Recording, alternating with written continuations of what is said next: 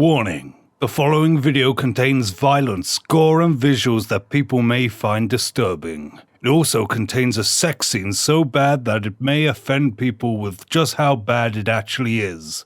I'm serious. Even I was offended. And I'm pretty sexy. Viewer discretion is advised. Oh, hello, dear. Welcome to Harvest. We're just so happy to have you here in our quaint little town. Would you like some pie? No? Well, that is a shame. It's just like how Grandma used to make it. Except this isn't made with Grandma's recipe. It was made with Grandma.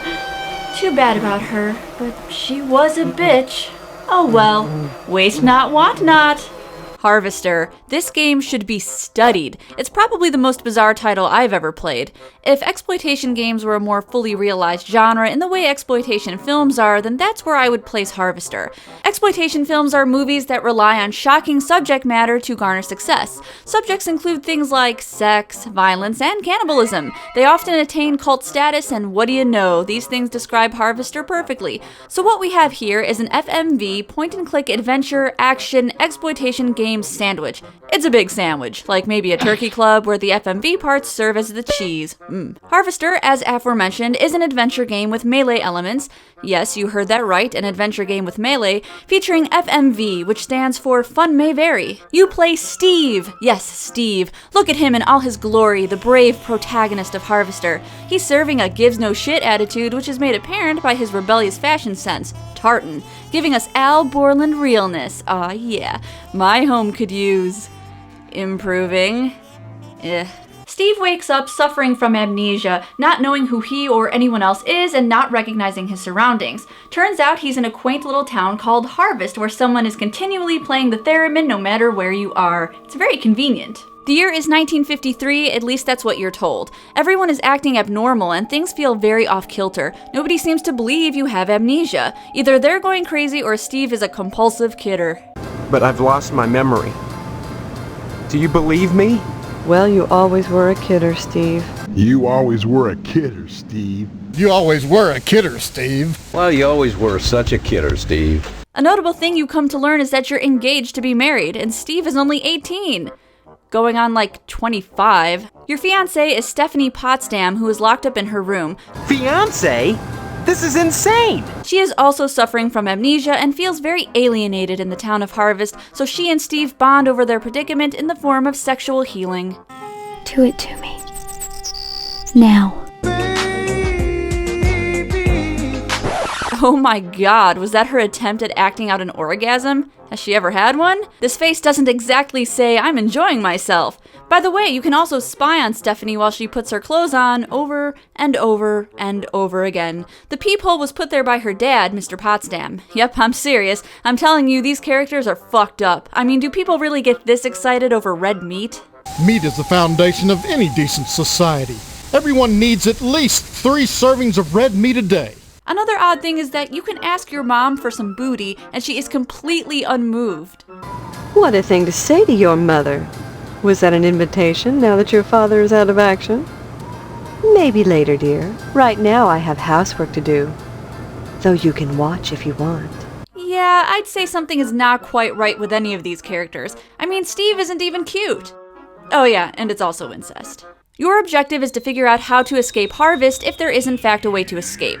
There is one consistent thing about this place though. Everyone seems to be pushing you to join the Lodge, a mysterious building apparently made out of human skin right in the middle of Harvest, run by this guy who doesn't seem to move his lips when he speaks. Everything in Harvest is just slightly askew. And yes, he sounds like Dr. Claw from Inspector Gadget. Even though Steve feels the Lodge is a shady place and not to be trusted, he decides to try to join anyway cause he's stupid. Well, Steve, you always were such a kidder. However, one cannot simply walk into the Lodge. There are initiation tests. The initiation test involves Steve going around town playing pranks on its inhabitants. And by pranks, I mean really devastating acts of violence that completely ruin people's lives. Someone broke into Pastorelli's salon and took his antique barber's pole. The next morning, Pastorelli touched some live wires that the thief left lying around and was electrocuted. Isn't electrocution hilarious? Shocking! One person was even driven to suicide due to your actions. Wow, Steve, you are not a good person. Oh, and by the way, if you really screw up, you can cause nuclear destruction.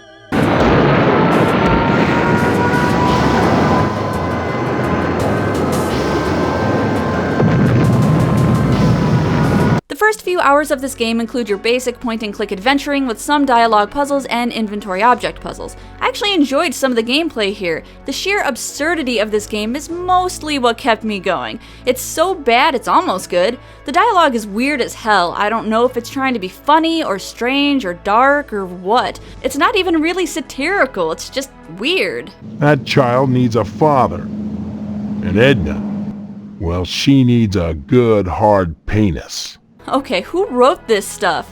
This is horrible. My grandma could write a better script and she's dead! And also a terrible writer, but mostly dead. You remember her, she made a cameo in the introduction to this video. This game is known for its shock value. Such exploits include violence and gore, 1950s style racism and sexism, I don't see why decent working folk need a fancy wop styling their hair. suicide, incest, and cannibalism, and the game makes an attempt at adding some commentary about violence in video games, obviously inspired by the previous video game controversies that went to Congress. In fact, the game's premise is that Steve is actually just being trained to become a serial killer by being exposed to violent situations. It's meta in that regard, like a video game becoming, quite literally, a murder simulator. There is some commentary that hits the mark, though keep in mind it's very easy to take this game more seriously than intended. For example, some of the shock of the sexism and racism lands, and when I say that, I mean it presents these things in very negative, almost disgusting ways that are generally looked down upon. Stop this foolishness right now and count your blessings. Stephanie is great at cooking and cleaning. What else is there for a wife but cooking and cleaning? I think the shock comes through because some of the commentary hits close to our own personal lives. I know people who, though not as extreme, resemble some of these downright awful characters, and though it sounds sad, it does bring light to a lot of social issues that did exist in the 50s and still do today. How many of you have a racist grandparent, for example? I'm betting a lot of you do, and I'm betting some of the characters in this game will remind you of them. The commentary about violence and gore, though, that really misses the target for me. Violence is as American as apple pie and low SAT scores. Where would we be right now if the cowboys hadn't gone out west and butchered innocent people to steal their land? Check my ratings, son. There are moments when the game seems to admit that people are horrible, racist, and love to glorify violence for the sake of ratings. Then it turns around and says, hey, that ain't our fault, and the message becomes kind of confusing. I think the main point is, everyone sucks. Now, personally speaking, there's something interesting about shock value as a way of entertainment or art. I grew up on shock rock like Alice Cooper and the Misfits, and as repugnant as it can be, I find it fascinating and worthy of discussion. But the thing with shock is it's really going to either fulfill the subject's purpose in a very interesting way, or it's going to flatline and just come across as insulting or bothersome. For the most part, I felt like Harvester flatlined. I could tell it was trying way too hard when I realized the school in Harvest was named after Ed Gein, a notorious murderer and body snatcher. Yeah, okay, Harvester, you're edgy, I get it. And no, you cannot get a tattoo, wait until you're 18. Though there are some genuinely disturbing moments, it now reads to me as silly as opposed to surprising. As a horror game, it's probably one of the worst out there, and in terms of quality, well, your mileage may vary. The actors and actresses do a pretty decent job at being perfectly unorthodox, though the visuals aren't anything revolutionary and are very low res. What makes this game a true clunker is the insufferable action-oriented section. Whose idea was it to put a bunch of action and melee into an adventure game? The last CD is all about Steve getting into the lodge, and bam! Toto, I have a feeling we're not in an adventure game anymore. The rest of the game is all action with some sporadic puzzles. You have to kill so many characters, and man, it is not easy. In fact, it feels really buggy and broken, and fuck, is this guy made out of lead? Not to mention the navigation is very confusing and there's really not a clear objective. It becomes tedious to the point of no longer fun. In a way, Harvester feels like two completely separate games played one after the other. One part adventure and one part action. They just don't mix well as one entity, and you end up killing so many people and seeing so many guts spilled onto the floor that you become desensitized to its initial shock. And like I said before, I found the game pretty buggy, though that could be due to emulation. Here's Steve about to get into a fight with Mr. Potsdam. Okay, I'm ready for it. Come at me, bro. Oh, Okay. See, the thing about that is you're going this way, and I'm over here, and yeah, okay, I'll just come to you. This title was actually supposed to come out a few years prior to its release date, which was 1996. It was meant to come out during the Senate committee hearings on sex and video game violence, which led to the formation of the ESRB. Seems like the developers wanted to make their own point at the time this was happening, perhaps hoping to get their name up in lights, be a part of the controversy, get people talking about buying their game. But it was delayed and they missed that boat, so when it was released years later, it felt dated and completely irrelevant. The game didn't do well, and some critics have referred to it as the stupidest horror game of all time. Probably not the title the devs were hoping for. Are you sure you wouldn't like some pie? Okay, can we just cut with the creepy Saw music?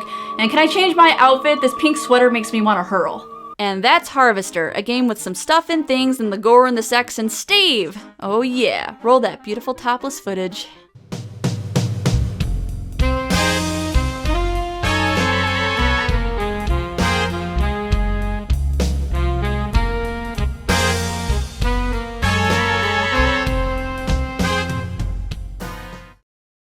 Hey everyone, thanks for watching my review on Harvester. I thought it was appropriate for spoopy Halloween time. If you're interested in more, I recently did a review on Dropsy, which looks like a horror game but totally isn't. If you have a question or a comment, leave them down below or bug me on my social media profiles. Thanks again, and I'll see you guys in the next one.